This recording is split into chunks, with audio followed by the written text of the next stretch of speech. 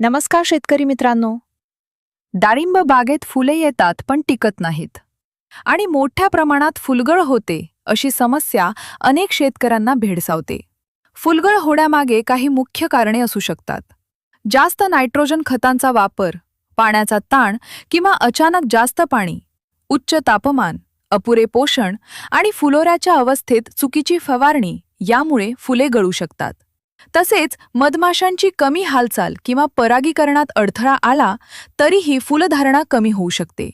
विशेषतः फुलोऱ्याच्या काळात जोरदार रासायनिक फवारणी केल्यास फुलांना धक्का बसतो आणि गळ वाढते. यासाठी काय कराल?